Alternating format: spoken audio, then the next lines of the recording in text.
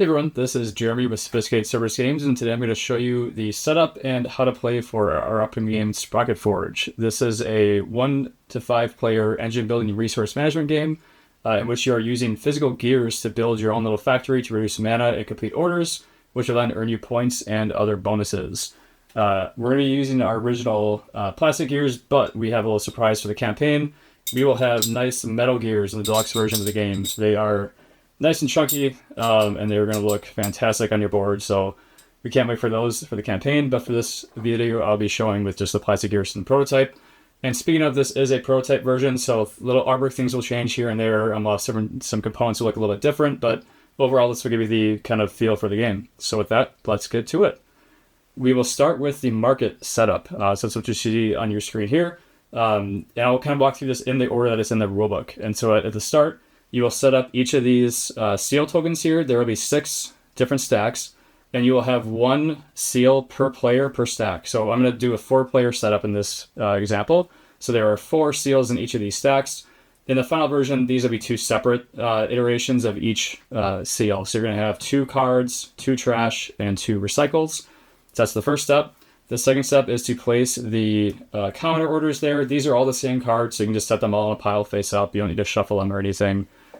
Next up are the favor cards. These you will have to shuffle. Those are cards that are worth 1, 2, or 3 points, and they're hidden points. So you have to shuffle those and keep those face down. Next up, you will have the merchant orders here. These will get shuffled, and you'll place 3 of these out in the market. Same thing for noble orders. Shuffle those, place 3 on the table. The difference here is merchant orders are kind of like your middle of the ground orders. They require a couple pieces of mana, but they're also not worth as many points. Whereas the noble orders require more mana and are worth more points. And the common orders we went over before, those are just single mana of any color. They're not worth any points, but they do give you more enchantments. That's kind of nice to build up your factory. Next setup step is to shuffle each different type of house card here. So you have different colors here. Each stack is all the same color, but you will shuffle those up and place those face up in a stack there below the noble orders. Next up, you will shuffle these enchantments. These are kind of how you build your factory up with these enchantments to produce mana. You'll shuffle those and place 3 out on the board, on the table. Next, you'll place your mana cubes. You have water, earth, air, and fire mana.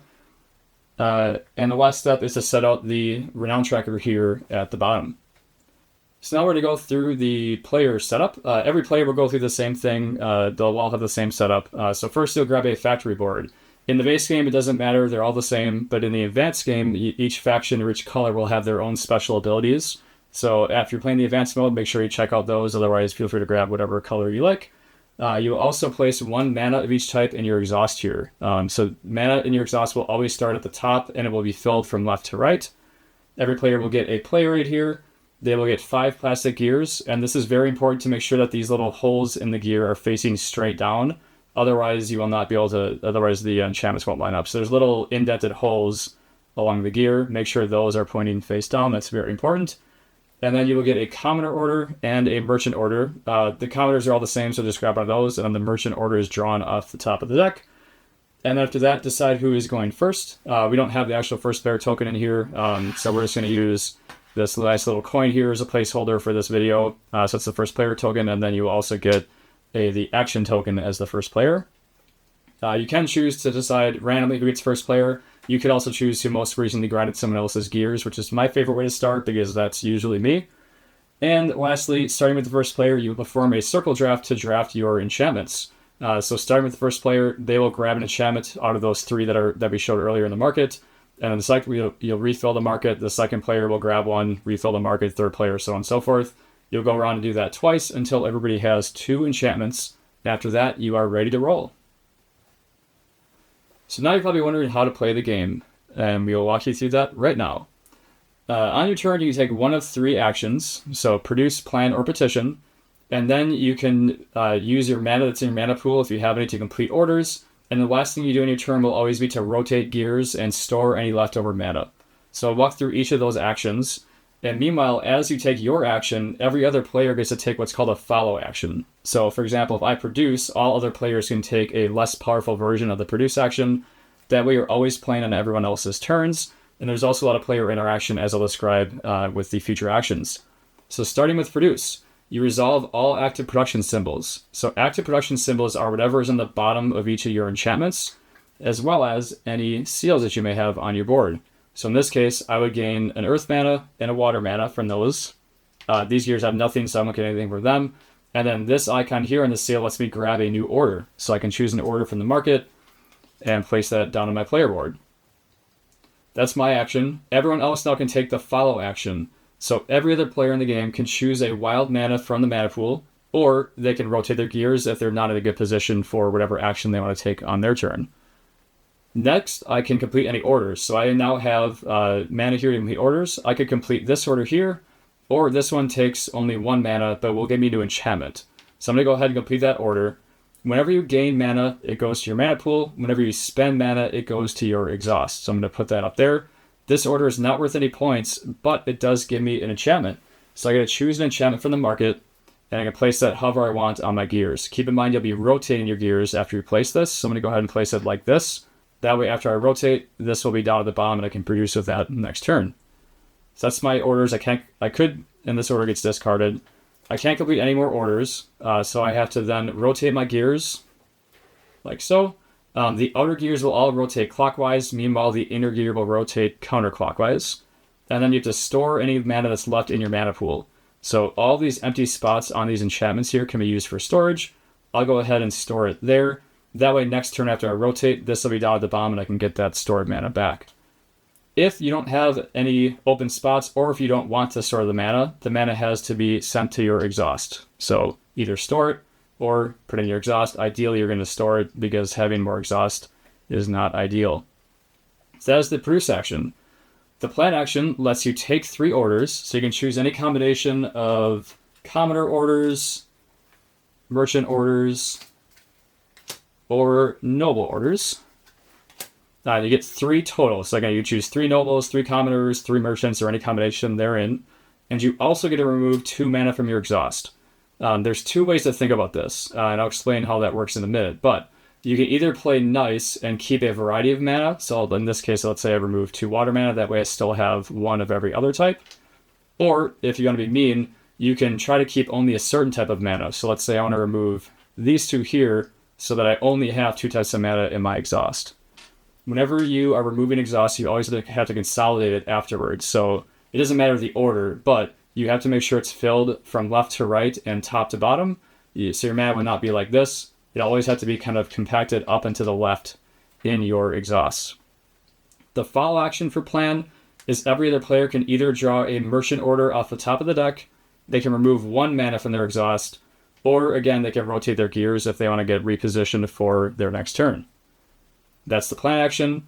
The last action is petition. So when you complete orders, you will get whatever reward is shown up top here. So you'll get points. You may also get these little favor icons here. Favors, as you mentioned at the start, are cards that are hidden points. So these are added to your score at the end of the game. They're worth anywhere from 1 to 2 to 3 points. There are more 1s than there are 2s and 3s. Whenever you complete an order with that icon, you get as many favors as are shown in the cards. In this case, I would get 2. I would get 1 from that card, so on and so forth. With petition, you can discard a favor to petition a noble house. So as an example, right now I only have 3 exhaust, and I could choose to petition a greenhouse.